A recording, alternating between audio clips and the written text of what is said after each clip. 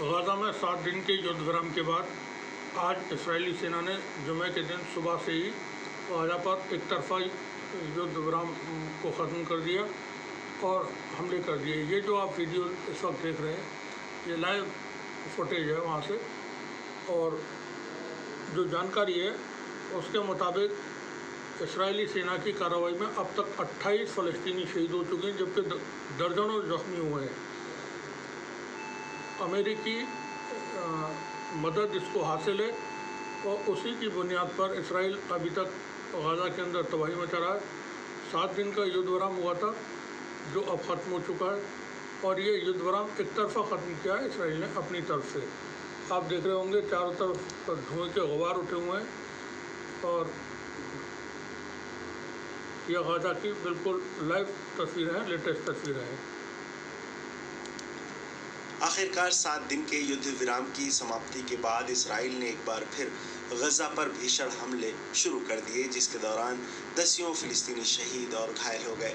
Israel और Hamas के बीच पहले 4 दिन की जंगबंदी का समझौता हुआ, जो 2 दिन के लिए बढ़ा दिया गया और फिर उसकी अवधि में 1 दिन का और विस्तार किया गया ताकि कैदियों का आदान प्रदान हो सके।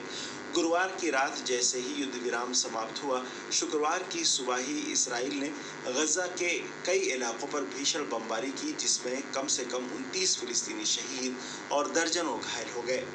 इससे पहले विश्व खाद्य संगठन के कार्यकारी निदेशक सिंडी मैककेन ने चेतावनी दी कि अगर इसराइल और हमास के बीच संघर्ष विराम समाप्त होता है और युद्ध फिर से शुरू होता है तो गजा में भुखमरी शुरू हो जाएगी। उन्होंने कहा कि गजा में जो हो रहा है वो दुखद है और हमें हर हाल में गजा के लोगों तक खाना पहुंचाना है। उन्होंने कहा कि ज़रूरत इस बात की है कि हम खुद वहां जाकर संतुष्ट हो सकें कि ज़रूरतमंदों तक खाना पहुंच रहा है। इसराइल के प्रधानमंत्री नेतन्याहू को आंतरिक और बाहरी दबाव का सामना है।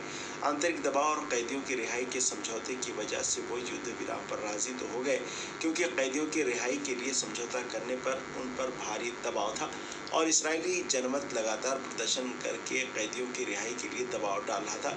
जबकि दूसरी ओर उनके मंत्रिमंडल के 2 कट्टरपंथी मंत्रियों ने उनसे साफ तौर पर कह दिया था कि अगर युद्ध विराम में विस्तार हुआ तो वो उनकी सरकार गिरा देंगे। इसराइल ने जब से गजा पर बमबारी शुरू की है तब से पूरी दुनिया, खासतौर पर यूरोपीय देशों में इसराइल और नेतन्याहू के खिलाफ और फिलिस्तीनियों के समर्थन में प्रदर्शन हो रहे हैं।